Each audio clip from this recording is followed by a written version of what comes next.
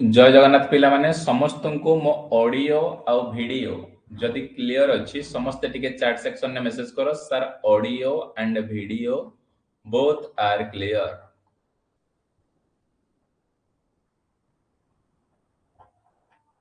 जदि ऑडियो आउ video clear अच्छी तेले समस्ते मते टिके चैट सेक्शन में मेसेज करो।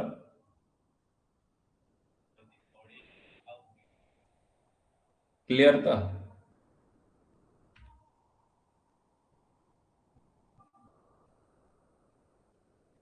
एटा हमरो न्यू बैच पाई हमरो स्टार्ट होची क्लास आजिठू आज तुम क्लास का नंबर 01 प्रथम क्लास टा तुम मानकर स्टार्ट हम जेमिति तुम ओएमसी मॉक टेस्ट सीरीज चली सेटा तुम मानकर चलिबो ता बाद एटा तुमको ए कोन थ्योरी जीवो ए जो जेतक तुम स्टेट लेवल एग्जाम दियो कि सेंट्रल गवर्नमेंट रो एग्जाम दियो कोन कोन तुम मानकर अपकमिंग अछि ओपीटीसीएल ओएचपीसी तो एग्जाम हे जाई छि रिजल्ट आसीबार अछि ओएमसी अपकमिंग आसीबो रिक्वायरमेंट ओरिडा आसीबो upcoming requirement OLIC lift irrigation आसीबो एटीओ आसीबो ओएसएसटी टेक्नीशियन मध्य ग्रेड 2 ग्रेड 3 टा आसीबो ISRO DRDO BARC NPCIL NMDC जतक स्टील प्लांट आउ रेलवे आरआरबी आउ एसएससी रो सबुतक एग्जाम प्रति वर्ष कंडक्ट होउची सेटा भी मध्य तम माने प्रोवाइडेड करि परिबो। डिप्लोमा पिला आमे दीटा सेक्शन गोटे होची टेक्निकल पार्ट आ गोटे होची नॉन टेक्निकल पार्ट टेक्निकल रो डिप्लोमा पैटर्न अछि कोन ना basic electrical machine power system measurement आ all type of electronics analog digital power आ microprocessor and control system आ आईटीआई रो जो माने स्पेशल सब्जेक्ट जेमिति occupational safety and health trade tools electrical material and cable soldering and brazing electrical accessories domestical electrical appliances जो माने एटा कोन ना ITI foundation batch एटा कोन ना आईटीआई फाउंडेशन बैच ए ITI foundation batch रे कोन कोन तमर सिलेबस रहिबो प्रथमे से जिंस को तमे ध्यान दो प्रथमे ऑक्युपेशनल सेफ्टी एमिति तमानको केतेटा चैप्टर अछि ना 36 टा चैप्टर अछि ए 36 टा चैप्टर को आमे बीट बाय बीट प्रत्येक चैप्टर को कवर करिबा ऑलरेडी मु तुमको प्रीवियस रिकॉर्डेड क्लास रे देई दिथिली एबे लेटेस्ट एग्जाम रो कोन आमे कोन सब तक तुमको थ्योरी क्लास प्रोवाइडेड करिवो ऑक्युपेशनल सेफ्टी एंड हेल्थ समस्त रेडी तो रेस्पोंड दियो समस्त स्टार्ट करिवा जदी क्लास टा को जदी समस्त रेडी तबेले चैट सेक्शन ने यस लेखो सारे क्लास टा को स्टार्ट करिवा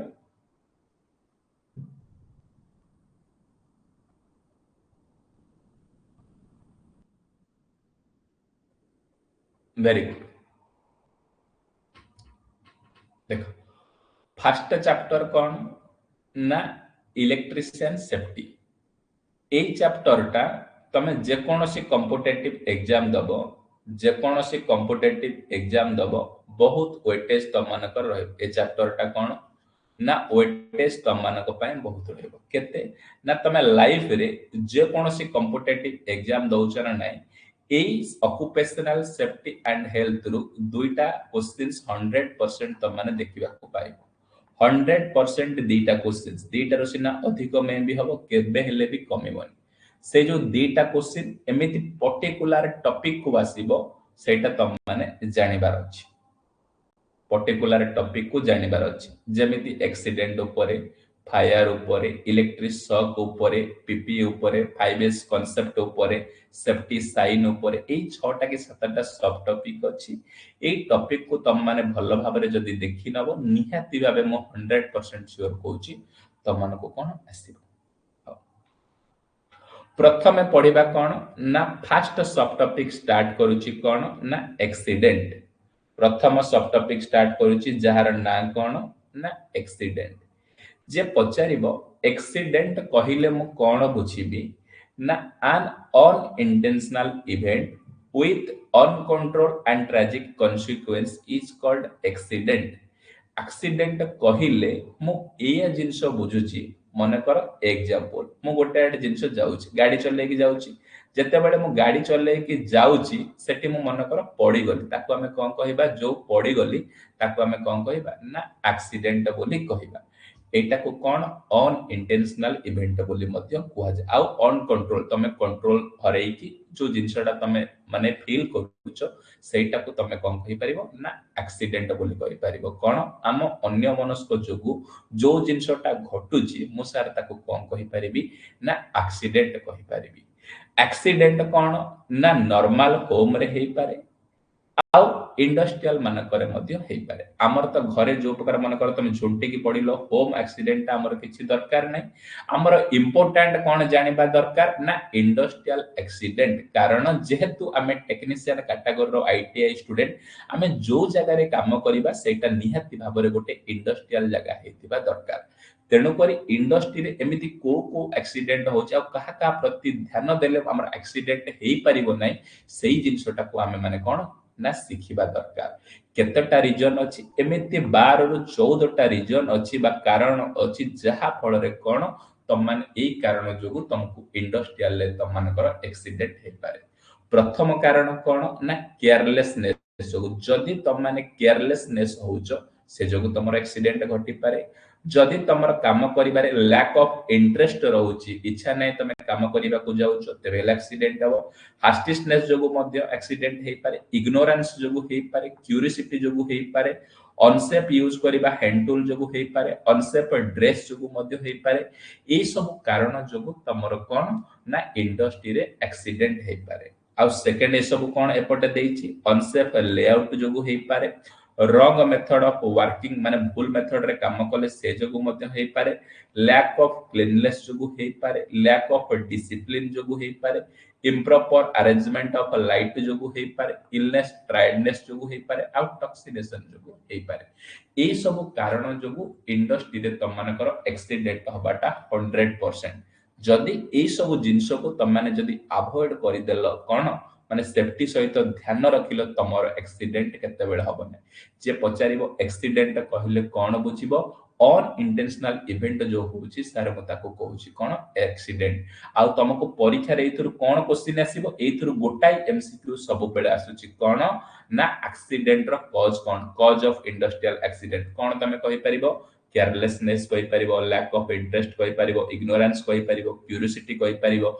अनसेफ हैंड टूल कहि परिबो अनसेफ ड्रेस कहि परिबो अनसेफ लेआउट कहि परिबो रॉन्ग मेथड वर्किंग करि परिबो lack of cleanness lack of discipline improper arrangement of a light tiredness को मध्य एक्सीडेंट हे पारे एठो मु गोटिए क्वेश्चन समस्त को पचारुची समस्त चार्ट सेक्शन ने आंसर देला जो एक्सीडेंट होउची तार गोडीटा कॉज को कारण को जो एक्सीडेंट होउची दीटा कारण को जा फल तमान कर जो एक्सीडेंट होउची दीटा कारण सर मोर एई जोगु इंडस्ट्री रे एक्सीडेंट होउची जो माने प्रथम slide clear hello first slide समस्त टिके चार्ट सेक्शन ने यस लिखि दियो sir first slide more clear बोली केही भी साइलेंट रहिबोनी समस्त निज निजर रेस्पॉन्स शेयर करिवो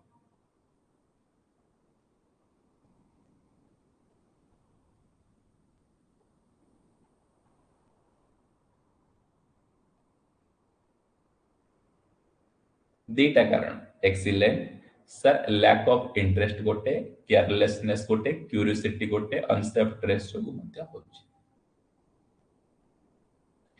एबे आमे सेकंड सब टॉपिक को डिस्कशन करिबा जहार ना कोन फर्स्ट एड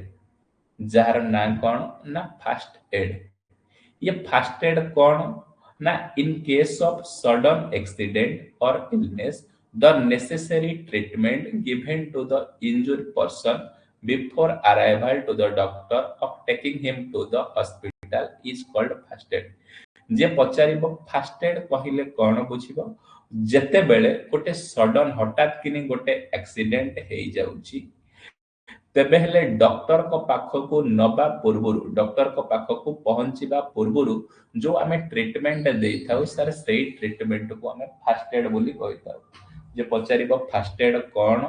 सर गोटे व्यक्ति गोटे पर्सन जते बेले एक्सीडेंट होउची डॉक्टर को नबा पूर्वरु जो जिंस आमे ताको प्रोवाइडेड करूछु सेटा को सारे आमे फर्स्ट एड बोली कहूछु। ए फर्स्ट एड बॉक्स गोटे अछि, ए type row first aid box अछि। ए फर्स्ट एड बॉक्स रे एति गोटे प्लस चिन्ह थिबो। फर्स्ट एड बॉक्स रे गोटे रेड मार्क रे तमानकर प्लस चिन्ह थाए। पचारिबो फर्स्ट एड बॉक्स रे को चिन्ह थाउची ना सर फर्स्ट एड बॉक्स रे हमरो प्लस मार्क रे रेड चिन्ह। जे पचारिबो फर्स्ट एड माने कोन, तमे कोन कहि परिबो सर गोटे वर्षन जदि एक्सीडेंट होची डॉक्टर को पाख को पहुंचबा पूर्वरु जो ट्रीटमेंट आमे देइथाउ सेही ट्रीटमेंट को आमे कोन कहूची ना फर्स्ट एड बोली कहूची। ए फर्स्ट एड पई कोन तमान को पाखरे फर्स्ट एड गोटे बॉक्स रहिबा दरकार। ए फर्स्ट एड बॉक्स रे को चिन्ह रे लिखा हेतबो एटा फर्स्ट एड बॉक्स बोली ना रेड मार्क रे लिखा हेतबो आ ता पाखरे एमती प्लस चिन्ह एमती ए टाइप रो थिबो। देखो समस्त को गोटे क्वेश्चन पचारुची, समस्त चैट सेक्शन में आंसर दियो। फर्स्ट एड बॉक्स रे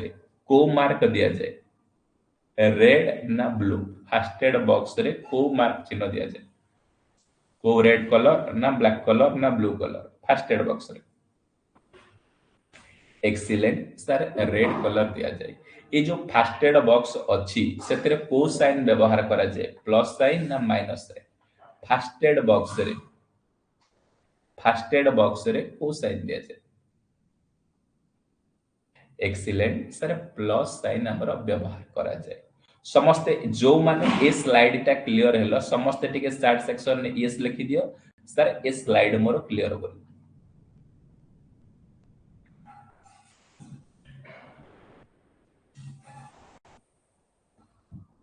वेरी गुड। तापर कौन रहिला ना फर्स्ट एड बॉक्स मटेरियल आमर कौन जदि आमे गोटे व्यक्ति पर्सन टा एक्सीडेंट हैला ताकू जो आमे फर्स्ट एड दउचु सेमती गोटे फर्स्ट एड बॉक्स अछि। ए फर्स्ट एड बॉक्स रे बहुत गुडे जिंस रहउची जेमिति कौन ना spirit ammonia, Dettol, iodine, Burnol, smelling salt, plaster containing medicine, cotton, gauze cloth, scissor, knife, safety pin, triangular and round bandage, medicine, dropper, bamboo stick, potassium permanganate. एमिति कौन सेतुरु 10 रु 12 टा आइटम फर्स्ट एड बॉक्स रे present रुए। ए question टा तमर परीक्षा रे आसुची जे कोनोसी कॉम्पिटिटिव एग्जाम दबो गोटे क्वेश्चन सेतुरु डायरेक्ट तम मान को पचारिबो फर्स्ट एड बॉक्स रे कोन कोन मटेरियल रहउची। तमे 4-5 टा इजीली मन रखि परिबो कोन कोन ना spirit ammonia, Dettol, iodine, Burnol, smelling salt, plaster containing medicine, cotton gauze cloth, scissor, knife, safety pin, dropper, bamboo stick, potassium permanganate. समस्त को मु गोटे क्वेश्चन पचारि समस्ते दीटा लखा एग्जांपल दबो मिनिमम त माने दीटा लखा एग्जांपल दियो फर्स्ट एड बॉक्स रे कोन कोन रहउची। समस्ते दीटा दीटा लखा दे देले हमर 10 टा एग्जांपल कंप्लीट हे दीटा दीटा।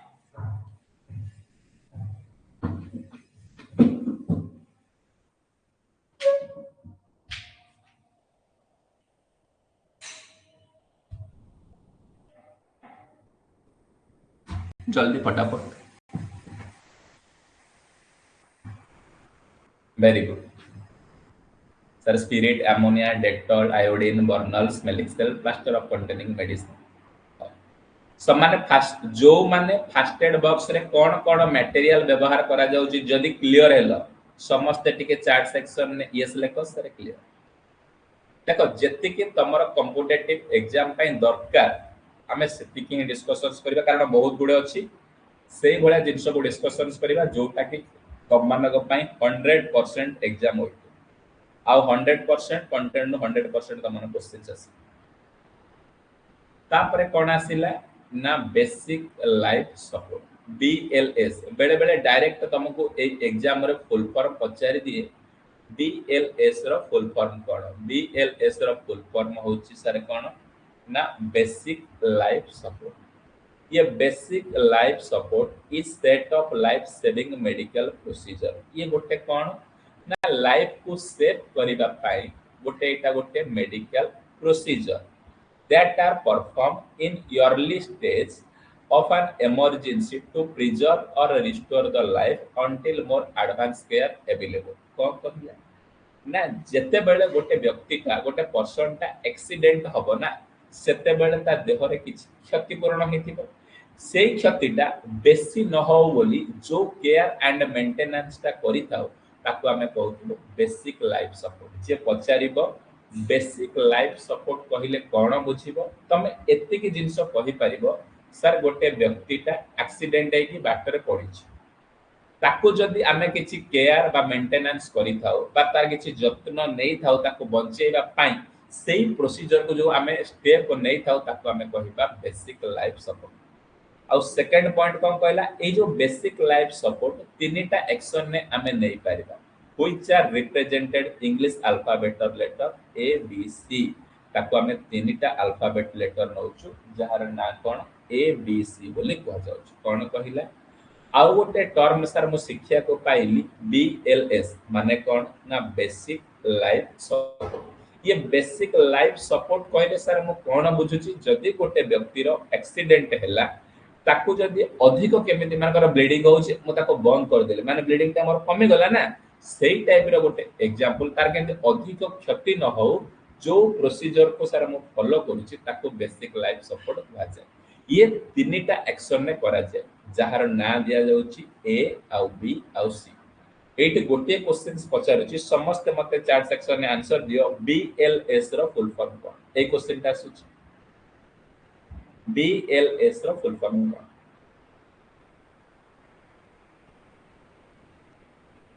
एक्सीलेंट समस्तंगर correct answer sir basic life support ए जते बेले मु गोटे बेसिक लाइफ सपोर्ट अप्लाई करूची केतुटा एक्शन ने से काम करिबा दरकार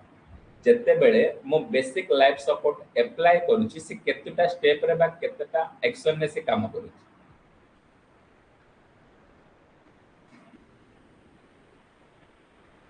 एक्सीलेंट तीनटा एक्शन से तीनटा एक्शन इंग्लिश अल्फाबेट लेटर ना कोन कोन कोन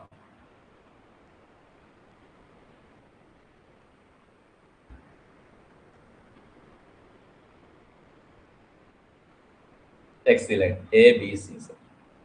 तापर ए रो फुल फॉर्म कोन ना ए रो फुल फॉर्म होउची सर एआरओए बी रो फुल फॉर्म कोन होउची ब्रीथिंग आउ सी रो फुल फॉर्म होउची कोन सर्कुलेशन ए रो फुल फॉर्म कोन होउची ना एआरओए आउ बी रो फुल फॉर्म होउची ब्रीथिंग आउ सी रो फुल फॉर्म होउची कोन सर सर्कुलेशन ए एआरओए माने कोन ना under this it is ensure that the airway of the victim is not blocked due to tongue secretion of any external object जदि गोटे व्यक्तिटा accident हे कि पड़ीची जदि तार टंग सिक्रेशन होउनी एयरटा ब्लॉक हेछि देखो एटी एयरवे पार्टीटा को तमे खोलिबा दरकार माने तार निश्वास पार्टीटा खोलिबा दरकार एयरवे माने एयर ता पाके पार्टी रे ब्लॉक हेकि अछि ना नाही तमे देखियो सेकंड जिंस कोन बी फॉर ना breathing under this is ensure that whatever the victim is breathing or not if is not then artificial breathing is applied तापर सेकंड स्टेप कोन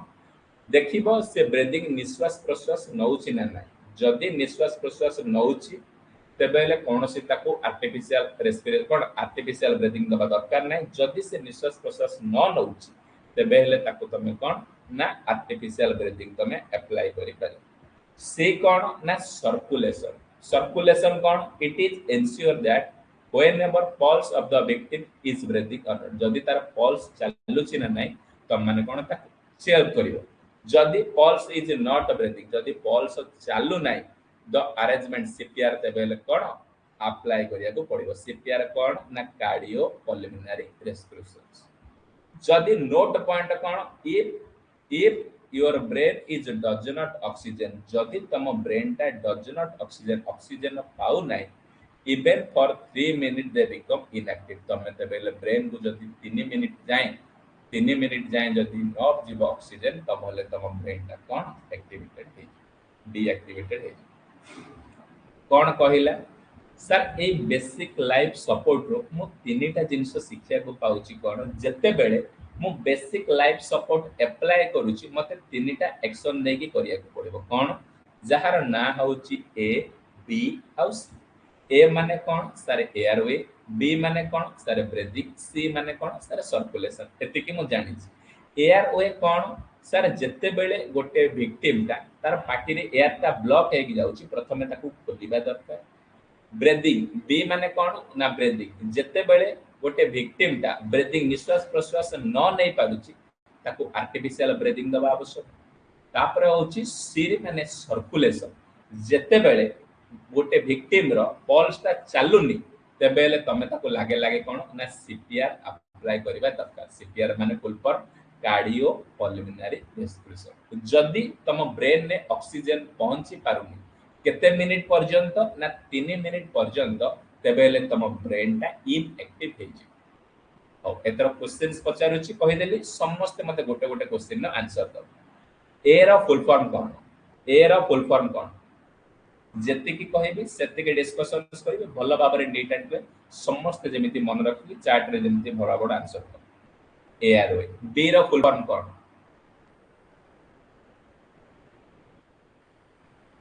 बी रो फुल फॉर्म कोन एक्सीलेंट ब्रीथिंग। सी रो full form कोन,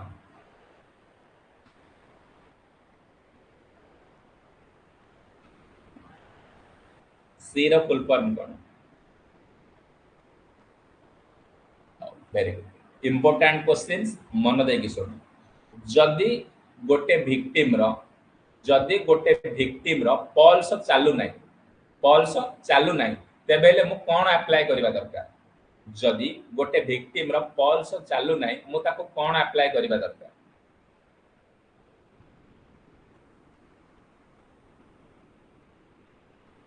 excellent मु ताको sir CPR apply करबा दरकार cardio pulmonary respiration. आउ गोटे इंपोर्टेंट क्वेश्चन जदि गोटे विक्टिम रो ब्रीदिंग नौ नाही ब्रीदिंग स्टॉप हे जाई बा ब्रीदिंग फेल्ट हे जाई मु कोन कले मु कोन मेथड अप्लाई कले से ब्रीदिंग नै परिबो।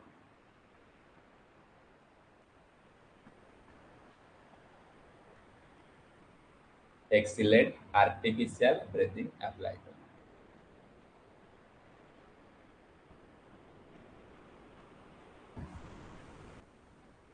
लास्ट क्वेश्चन आउ इंपोर्टेंट क्वेश्चन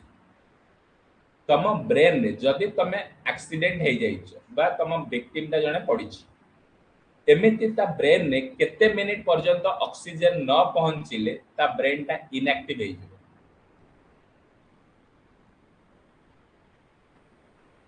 केते मिनिट पर्यंत गोटे विक्टिम रो ब्रेन ने ऑक्सीजन न पहुंचिले से ब्रेन ता तार इनएक्टिव हे। Excellent 3 minute very good. एबे हमें नेक्स्ट इंपोर्टेंट पार्ट को डिस्कशंस करिबा जहार ना कोन ना आर्टिफिशियल रेस्पिरेशन प्रोसेस। ये आर्टिफिशियल रेस्पिरेशन प्रोसेस कौन if a victim is not able to breathe जदि गोटे विक्टिम ता हमर निश्वास प्रश्वास नहीं पारुनी then given the breath through the following artificial method. जदि तमर गोटे विक्टिम ता ब्रेथ नहीं पारुनी तेबे हेले आमे सेते बेले कोन आर्टिफिशियल रेस्पिरेशन अप्लाई कर। ए आर्टिफिशियल रेस्पिरेशन मेथड केते प्रकार ना 4 प्रकार आर्टिफिशियल रेस्पिरेशन मेथड अछि। केते प्रकार आर्टिफिशियल रेस्पिरेशन मेथड अछि सारे 4 प्रकार आर्टिफिशियल रेस्पिरेशन अछि। गोटे सार होछि स्कैफोल्ड मेथड, आ गोटे होछि सर सिल्वास्टर मेथड, आ गोटे होछि sir mouth to mouth method, आ गोटे होछि बाय आर्टिफिशियल रेस्पिरेशन इक्विपमेंट। केतटा मेथड सहाय्य रे आमे आर्टिफिशियल रेस्पिरेशन नहीं परिबा ना 4टा मेथड सहाय्य रे कोन कोन sir scaffold method, Silvester method, आ माउथ टू माउथ मेथड आ आर्टिफिशियल रेस्पिरेशन इक्विपमेंट मेथड रे नहीं परिबा। सेतिरु प्रथम मेथड को मो डिस्कशन करिवि जहार ना होछि कोन ना स्कैफोल्ड मेथड। ये स्कैफोल्ड मेथड कोन ना when there are a blister on the back of the victim method is used। एटा कोठी यूज करा जीवो ना विक्टिम रो बैक रे ए नोट पॉइंट टा ए पॉइंट टा विक्टिम रो ऑन द बैक रे सिल्वास्टर मेथड कोठी यूज करा जीवो when the victim has blister on the chest रे पचारिबो बैक पाइन को मेथड व्यवहार करा जाउची स्कैफोल्ड मेथड चेस्ट रे को मेथड व्यवहार करा जाउची सिल्वास्टर मेथड आउ माउथ टू माउथ मेथड कोन breathing process completely filling by air mouth mouth माने पार्टी टू पार्टी जो आउ आर्टिफिशियल रेस्पिरेशन इक्विपमेंट कोन ना under this air is sent inside the victim through the mask one on the victim mouth. This is very simple process. In this rubber value operated 15 to 10 times in a minute. ताकू कौन गोटे rubber gloves रे गोटे आमे कौन rubber gloves रे ताकू आमे कौन रबर भाल्व रे ताकू आमे कौन 15 टू 20 टाइम्स मिनिट्स आमे कौन आर्टिफिशियल रेस्पिरेशन देता समस्त मते चैट सेक्शन में गोटे क्वेश्चन नो आंसर दियो गोटे विक्टिम जदी ब्रेथ नौनी माने निश्वास प्रश्वास तार नै पारुनी आमे ताको कोन व्यवहार करले को प्रोसेसटा व्यवहार करले से निश्वास प्रश्वास नै पारियो को प्रोसेस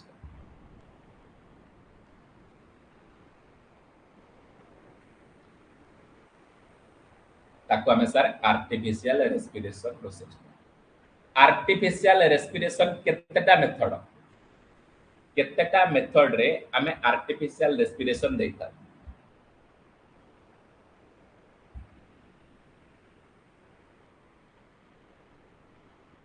चारिटा समस्त गोटे गोटे मेथड रो ना कहि दे चारिटा मु जानि गोटे गोटे मेथड समस्त गोटे गोटे मेथड सारे scaffold method Silvester method mouth to mouth method artificial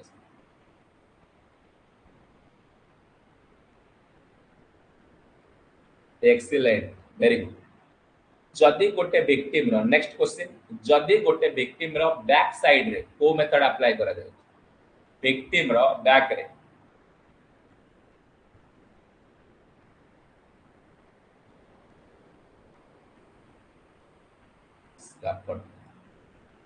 victim row chest रे को मेथड ए दीटा इंपोर्टेंट बारंबार तमरो एग्जाम रे आसु विक्टिम रो चेस्ट रे सिल्वास्टर excellent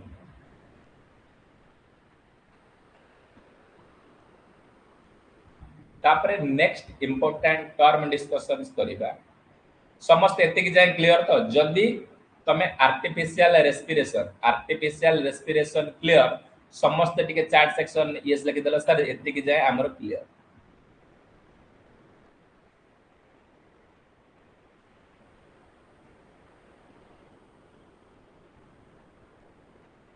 very good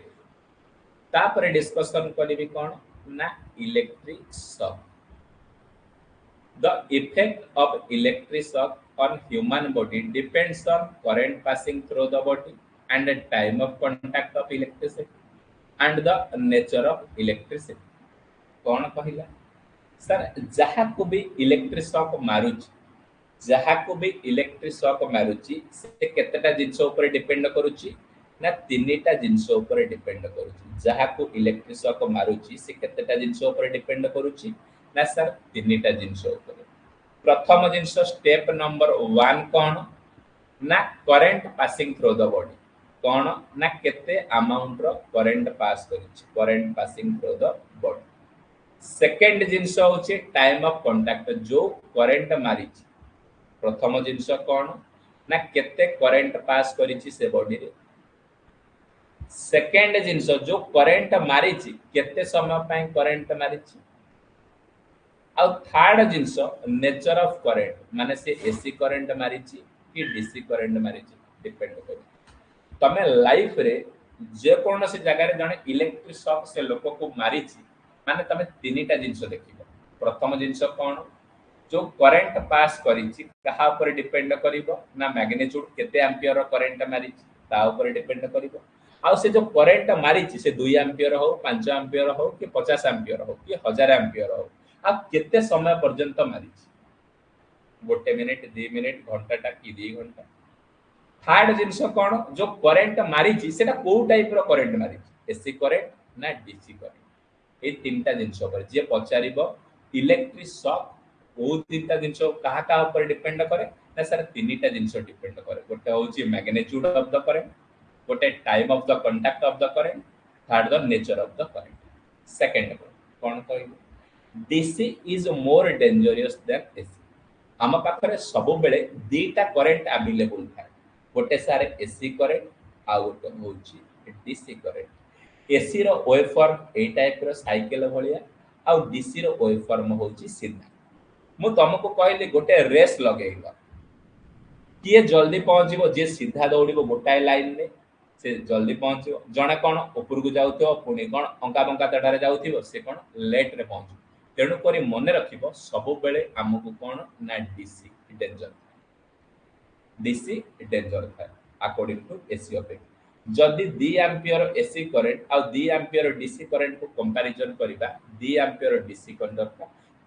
2 ampere DC current अधिक डेंजर रहइबो सर कोन ना एसी करंट थर्ड पॉइंट कोन a shock is caused by current less than 1 milliampere not felt sir जदि आम बॉडी रे 1 मिली एम्पियर तळ को करंट फ्लो होची आम बॉडी कोनोसी प्रकार असुविधार सम्मुखीन होई परिबन नै आम बॉडी रे जदि 1 मिली एम्पियर तळ को सारे करंट फ्लो होची तेबेले आम बॉडी कोन ना कोनोसी प्रकार असुविधा फील करि परिबो ना एई स्लाइड रो कोड सिखिलो सर इलेक्ट्रिक शॉक कहिला माने मो माइंड रे एते की क्लियर हे गेला सर जहा को इलेक्ट्रिक शॉक मारुची से तीनटा जिंस ऊपर डिपेंड करथिबो केते मैग्नीट्यूड रो करंट केते टाइम पर्यंत आउ नेचर ऑफ द करंट ऊपर जदि पचारि एसी डेंजर ना DC danger sir DC danger third question कोन सिखिलो जदि आम बॉडी रे 1 मिली एम्पियर तळ को करंट फ्लो होची आम बॉडी कोनोसी प्रकार असुविधार सम्मुखीन हेबो ना औ एबे तमान को क्वेश्चन स्टार्ट होला क्वेश्चन नंबर 1 इलेक्ट्रिक शॉक केतेटा पैरामीटर ऊपर डिपेंड करूची इलेक्ट्रिक शॉक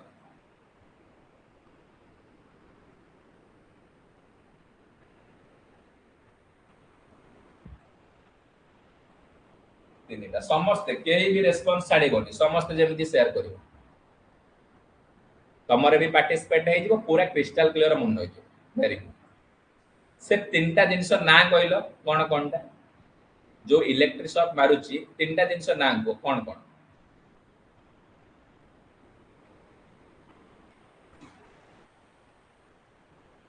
सर ए तीनटा जिंस इलेक्ट्रिक शॉक गोटे होची कोन ना करंट रो मैग्नीट्यूड केते अमाउंट आ गोटे टाइम ऑफ द कांटेक्ट आ गोटे nature of the current question number 3 ready excellent ma'am AC current danger ना डीसी करंट डेंजर को करंट डेंजर एसी ना डीसी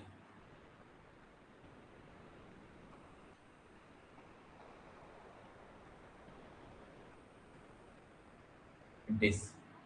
एक्सीलेंट समस्तंकर करेक्ट तापर नेक्स्ट क्वेश्चन आम बॉडी रे केते मिली एम्पियर करंट फ्लो हेले आम किछि फरक पड़िबो आम बॉडी रे एमिति केते मिली एम्पियर करंट फ्लो हेले हमको फरक पड़िबो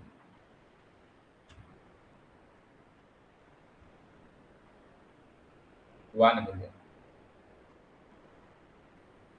less than 1 million excellent a slide समस्त क्लियर तो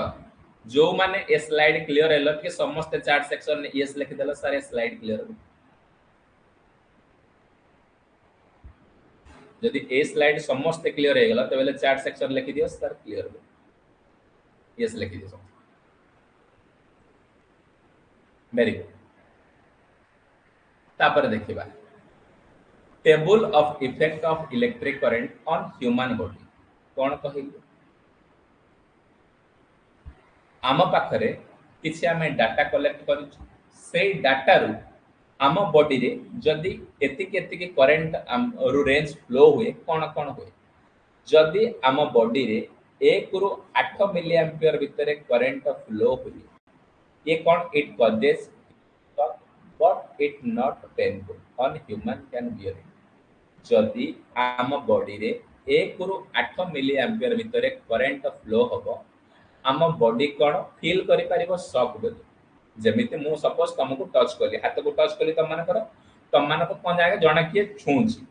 किंतु सेटा जब जाबडा मारिबी से अनुसार कौन हम तुमको टिके इफेक्ट पकेबो सेमिति छुईले नॉर्मल किछि लागिबो नै नॉट पेनफुल तुम जानि परिबो जणे के टच करूची बेले किंतु कोनोसी प्रकार तुमको आघात लागिबो नै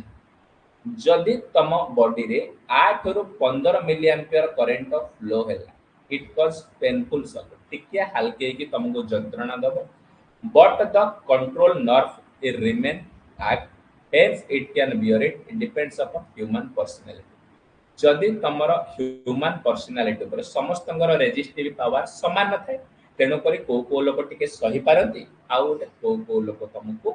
कौन टिके तुमको कौन ऑड फील ताको ऑकवर्ड फील लागे से सब जिंस जेमिति एग्जांपल मु तुमको कौन जस्ट गोटे चापड़ा मारबी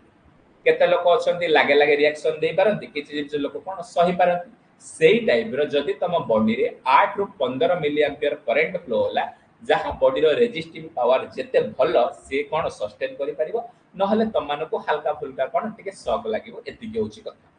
जदि 1 रु 8 मिली एम्पियर करंट फ्लो होची तुमको किछि लागिबो जदि 8 रु 15 मिली एम्पियर करंट फ्लो होची तुमको लागिबो जस्ट कौन गोटे शॉक मते मारुची जदि तुमको 15 रु 20 मिली एम्पियर करंट तुम बॉडी रे फ्लो होची तुमको टिके जंत्रणादायक पेनफुल लागिबो felt due to this control knob does not remain therefore human can not bear ताको मनुष्य आस्ते आस्ते टिके टॉलरेट करबा टिके कमे जदि बॉडी रे 20 रु 50 मिली एम्पियर करंट फ्लो होची ड्यू टू एक्सेसिव कंट्रैक्शन और nerve related breathing become difficult तमर कोन मसल्स गुरा कोन टिके डिफिकल्ट होबा कंट्रैक्शन एक्सपेंशन होबा स्टार्ट कर दो जेते बेले तम बॉडी रे 50 रु 100 मिली एम्पियर करंट फ्लो होची तम लोक तमर कोन स्टॉप ब्रीथिंग निश्वास प्रश्वास नबा हार्ट बीट चलेबा कोन बंद हे जीवो फल रे तमर कोन डेथ ता पॉसिबल एई क्वेश्चन ता कोन कहली आम बॉडी रे केते मिली एम्पियर रु केते मिली एम्पियर करंट फ्लो ला हम डायरेक्ट मरि जीबा कि निश्वास प्रश्वास बंद हे जीवो कि हार्ट बीट चलेबा बंद हे जीवो सर 50 रु 100 मिली एम्पियर जदि सर 100 रु अधिक होला मोर देन 100 मिली एम्पियर हमें कोन डायरेक्ट बर्न हे जिबा जळी जिबा हमर कोन आज ए रिजल्ट हमें कोन डायरेक्ट डेथ हे जिबा कोन सिखिला सर ए जो मैग्नीट्यूड ऑफ करंट आ जो तार वैल्यू ऑफ करंट रो मु एया सिखिबा को चाहूची कोन जदि आम बॉडी रे 1 रु 8 मिली एम्पियर करंट फ्लो हुए सर मु सही परिबी 8 रु 15 मिली एम्पियर जदि फ्लो होउची मोर रेजिस्टिविटी अनुसार मु सस्टेन करि परिबी नहले मते हल्का फुल्का शॉक मारिबार बहुत चांसेस अछि जदि मो बॉडी रे 15 रु 20 मिली एम्पियर करंट फ्लो होउची टिके पेनफुल शॉक मारिबो मते मध्य कष्ट हबो जदि मो बॉडी रे 20 रु 50 मिली एम्पियर करंट फ्लो होउची मते बहुत कोन अनकंफर्टेबल लागिबो आ मो मसल्स पूरा कंट्रैक्शन एक्सपेंशन हेइ जदि मो बॉडी रे 50 रु 100 मिली एम्पियर सारे करंट फ्लो होउची मोर हार्ट बीट चलेबा बंद हेइ जिवो ब्रीथिंग नबा बंद हेइ जिवो आ मो मरि जिबार चांसेस अछि बहुत 100% जदि 100 रु अधिक मिली एम्पियर करंट फ्लो होउची मु डायरेक्ट जळी जी आउ फेटी कोनोसी प्रकार चांस नै मते बंचिबार हो आम बॉडी रे एबे तम मानको क्वेश्चंस पचारिबा आम बॉडी रे केते मिली एम्पियर करंट फ्लो हेले आम बॉडी किछि फील करिवनी केते मिली एम्पियर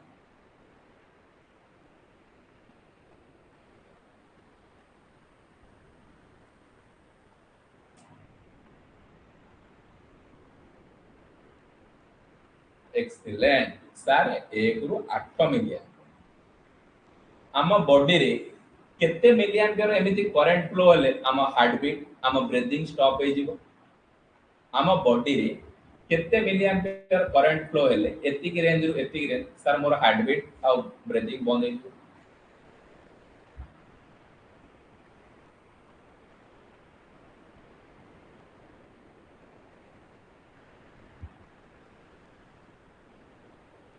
एक्सीलेंट आम बॉडी रे केते मिली एम्पियर रु अधिक करंट फ्लो हेले आमे जळी जिबा डायरेक्ट किछि पूरा पाउंस होई जिबा आम बॉडी रे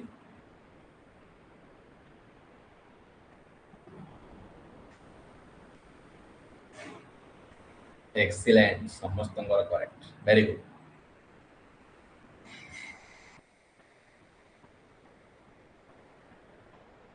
समस्ते effect of electric current on human body A topic टा जो माने भी क्लियर हैला समस्त टिके चैट सेक्शन में यस लिखि दियो जो माने effect of electric current on human body हम बॉडी रे केते केते करंट फ्लो होबा दरकार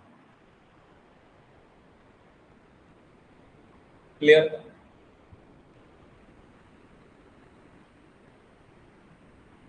एक्सेलेंट तापर डिस्कशन करिबा न्यू टॉपिक जहार ना कोन होछ फायर जे पचारिबो फायर कोन sir fire is a chemical reaction fire ता कोन सर गोटे chemical reaction which is produced in contact with flammable substance heat and oxygen fire जे पचारिबो फायर कोन सर फायर होची गोटे केमिकल रिएक्शन जहाँ कहा द्वारा प्रोड्यूस होची तीनटा जिनिस को नै गोटे होची फ्यूएल आ गोटे होची हीट आ गोटे होची ऑक्सीजन फायर कोन तीनटा जिनिस दरकार गोटे होची सर फ्यूएल आ गोटे होची सर हीट आ गोटे होची ऑक्सीजन एतरु कोन सिखिला सर फायर ता होची को टाइप रो reaction sir chemical reaction fire produce होबा पय तीनटा जिनिस कोन कोन दरकार फ्यूएल हीट ऑक्सीजन समस्त गोटे चार्ट सेक्शन में मेसेज कलो फायर ता गोटे को टाइप रो रिएक्शन फिजिकल ना केमिकल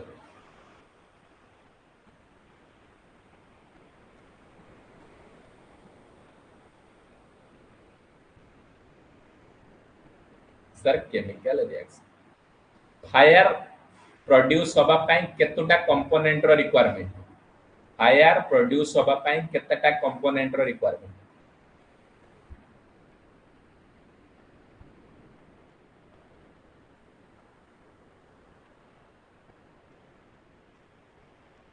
तीनटा जिनिस सार दरकार कोन कोन से तीनटा जिनिस ना कहलो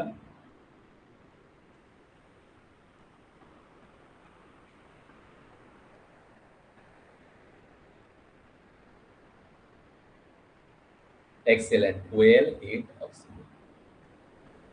तापरे नेक्स्ट टॉपिक डिस्कशंस करिबा जहार ना कोन ना type of fire and remedies तापर डिस्कशन करिबा कोन ना types of fire and remedies प्रथमे कोन ना स्टेप 1 कार्बोनियस फायर ये कार्बोनियस फायर कहले कोन बुझिबो ना सर जो फायर टा solid object like wood paper cloth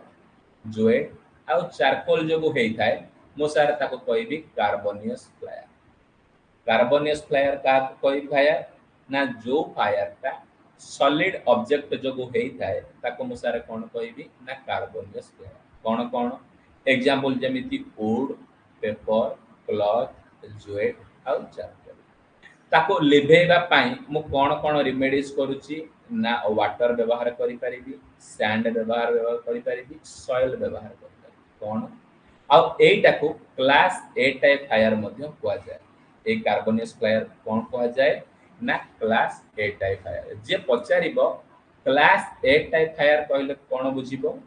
sir जो फायर टा सॉलिड ऑब्जेक्ट जो लागि थाए ताको हमें कोन कहिबा ना क्लास ए टाइप फायर ए क्लास ए टाइप फायर रो अन्य नाम होची कार्बोनियस फायर एग्जांपल कोन वुड पेपर क्लॉथ ज्वेट आउ चारकोल या क्लास ए टाइप फायर को लिभेबा पाई क्लास ए टाइप फायर को लिभेबा पाई मु वाटर व्यवहार करूची सैंड व्यवहार करूची और सॉइल मध्य व्यवहार करूची समस्त मते चैट सेक्शन ने आंसर देलो क्लास ए टाइप फायर रो क्लास ए टाइप फायर रो कहा जो होइता है सॉलिड ऑब्जेक्ट ना liquid object class A type fire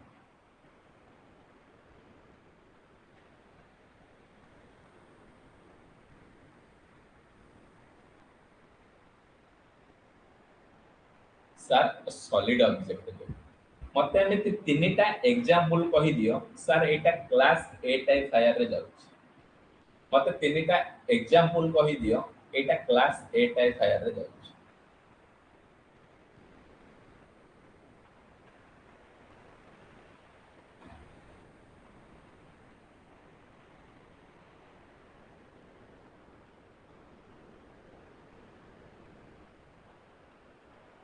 excellent wood paper cloth jute excellent मु कहली मोर गोटे जगह क्लास ए टाइप गोटे जगह क्लास ए टाइप फायर निया लगी मु ताको लिभेइबा पाई रिमेडीज करिबा पाई कोन व्यवहार करि पारि मोर गोटे जगह क्लास ए टाइप फायर लगी एग्जांपल मोर गोटे वुड रे निया लगी जाई मु सेठी वुड टाइप रो रिमेडीज करि पारि माने क्लास ए टाइप फायर लेबा water sand knowledge sir very good मो सेकंड टाइप देखिबी कोन ना ऑयल फायर ये ऑयल फायर कौन कौन जाउची ना किरोसिन डीजल आउ पेट्रोल ये सब ऑयल फायर रे जाउची याकू लिभेइबा पाई रेमेडीज करिया पाई CO2 type home type extinguisher दरकार नले CO2 टाइप फायर एक्सटिंग्विशर दरकार याकू हमें क्लास बी टाइप फायर मध्य कहिता जे पचारिबो क्लास बी टाइप फायर कहा जोगु होता है ऑयल फायर जतक अछि ऑयल टाइप फायर जतक अछि से सब क्लास बी टाइप फायर रे जाउछि एग्जांपल कोन कोन जेमिति केरोसिन डीजल पेट्रोल ये सब class B type fire category रे जाउछि याको लिभेइबा पाई हम रेमेडीज कोन कोन दरकार होउछि ना फोम टाइप फायर एक्सटिंग्विशर आउ CO2 टाइप फायर एक्सटिंग्विशर व्यवहार करा जाउछि समस्त मते चार्ट सेक्शन में आंसर दियो क्लास बी टाइप फायर रो एग्जांपल कोन क्लास बी टाइप फायर रो एग्जांपल कोन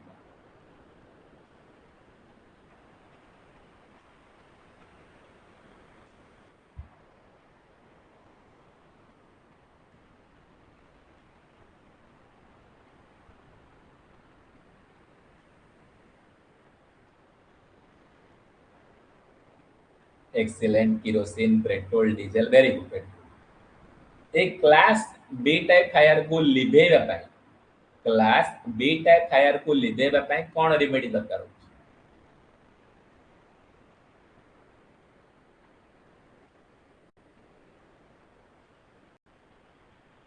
sir foam type knowledge CO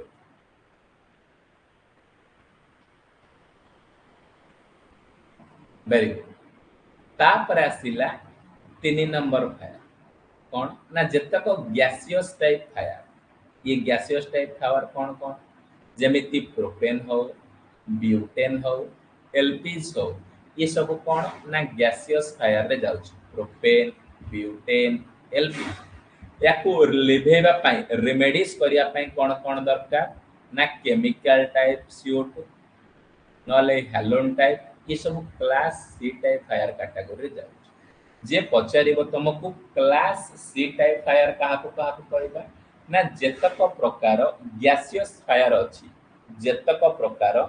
gaseous fire अछि मु सर ता कोन कहि परिबी ना क्लास सी टाइप फायर कहि परिबी एग्जांपल प्रोपेन ब्यूटेन और एलपीजी आउ ए क्लास सी टाइप फायर को लिभेबा पाई बा रेमेडीज करिबा पाई हमको कोन दरकार ना हेलोन टाइप फायर एक्सटिंग्विशर नले केमिकल टाइप CO2 हमको दरकार हो समस्त मते चार्ट सेक्शन में आंसर दियो क्लास सी टाइप फायर रो एग्जांपल कोन सर एई गोटा को होची क्लास सी टाइप फायर रो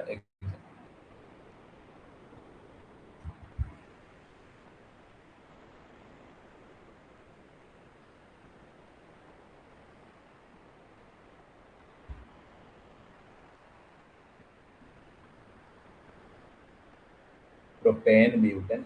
एक क्लास सी टाइप फायर को लिभेबा पाई क्लास सी टाइप फायर को लिभेबा पाई को टाइप रो फायर एक्सटिंग्विशर व्यवहार करा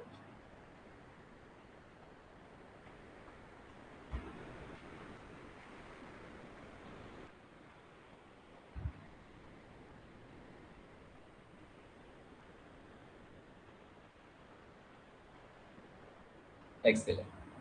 तापरे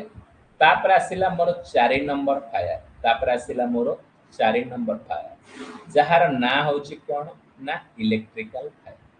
जार ना कौन ना इलेक्ट्रिकल फायर ए इलेक्ट्रिकल वायर हो कि इलेक्ट्रिकल इक्विपमेंट हो कि मेटालिक सब्सटेंस हो ए जगह जो फायर लागुची याको हमें कहूचे कौन इलेक्ट्रिकल फायर ए इलेक्ट्रिकल फायर को हमें क्लास डी कैटेगरी रे विभक्त करू इलेक्ट्रिकल फायर को को कैटेगरी रे नहीं जानो छु ना क्लास बी टाइप रो रिमेडीज कोन इलेक्ट्रिकल फायर को लिभेबा पाई CTC type carbon tetrachloride type fire extinguisher व्यवहार करूछु नहले को जगह रे हमें ड्राई सैंड व्यवहार करिकी हमें कोन क्लास डी फायर को हमें लिभेबा कोन आसिला क्लास डी टाइप फायर का क्लास डी टाइप फायर ए क्लास डी टाइप फायर होची इलेक्ट्रिकल फायर एग्जांपल कोन इलेक्ट्रिकल वायर हो इक्विपमेंट हो मेटालिक सब्सटेंस हो ई सब ए इलेक्ट्रिकल फायर को लिभेइबा पाई सीटीसी टाइप फायर एक्सटिंग्विशर व्यवहार करा होची नहले ड्राई सैंड व्यवहार करा जाउची समस्त चैट सेक्शन में मते मेसेज करो class D type fire example कोन सर ए फायर का होची class D type fire example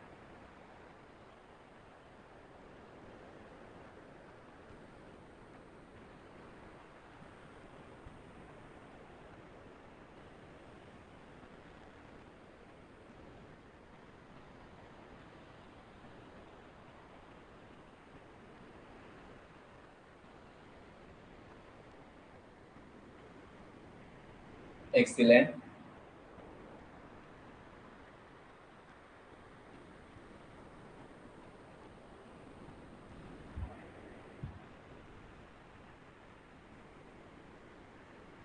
excellent electrical wire equipment metallic substance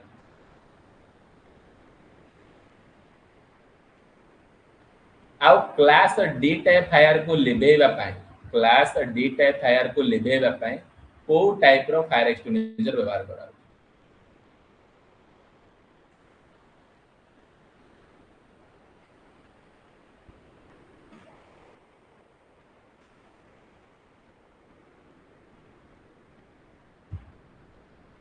cities excellent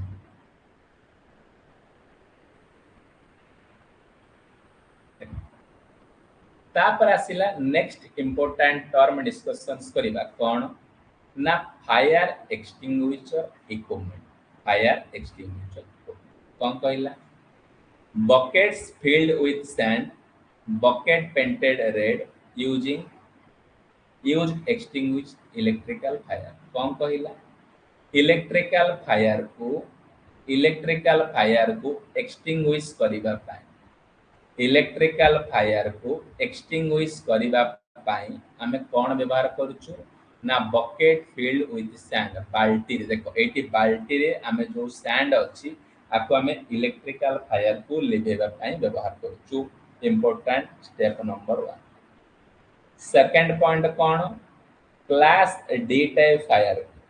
class D type fire को लिभेबा पाई हमें CO2 टाइप फायर एक्सटिंग्विशर व्यवहार करूछु क्लास बी टाइप फायर को लिभेबा पाई हमें फोम टाइप फायर एक्सटिंग्विशर व्यवहार करूछु तीनटा very very important direct questions दोछ कोन कहली क्लास बी टाइप फायर को लिभेबा पाई foam type fire extinguisher class D type fire को लिभेबा पाई CO2 टाइप फायर एक्सटिंग्विशर आउ नले सेटीसी आउ इलेक्ट्रिकल फायर को लिभेबा पाई बकेट फिल्ड विथ सैंड मध्ये व्यवहार आउ क्लास ए टाइप फायर को लिभेबा पाई वाटर बेस्ड फायर एक्सटिंग्विशर व्यवहार करा जाय क्लास ए टाइप फायर को लिभेबा पाई आउ इलेक्ट्रिकल आउ कोन एक्सटिंग्विश में इलेक्ट्रिकल फायर को लिभेबा पाई इलेक्ट्रिकल फायर को लिभेबा पाई सीटीसी नले हैलोजन टाइप फायर एक्सटिंग्विशर व्यवहार करा जाय आउ वुड रोल फायर को क्लॉथ को लिभेबा पाई हमें सोडा एसिड मध्ये फायर एक्सटिंग्विशर व्यवहार करते इंपोर्टेंट पॉइंट कोन क्लास ए टाइप फायर को व्यवहार करिया पाई वाटर बेस्ड फायर एक्सटिंग्विशर व्यवहार करते आउ इलेक्ट्रिकल फायर को लिभेबा पाई सीटीसी बा हैलोजन टाइप व्यवहार करि परिबा आउ वुड कोल क्लॉथ को लिभेबा पाई सोडा एसिड मध्ये व्यवहार करि जो माने fire extinguisher equipment clear hello ठीक है समस्त चैट सेक्शन में यस लिखि दियो सर फायर एक्सटिंग्विशर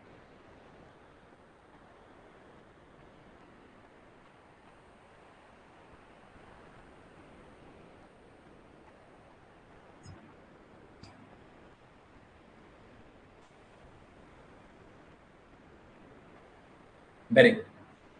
आमे फर्स्ट क्लास रे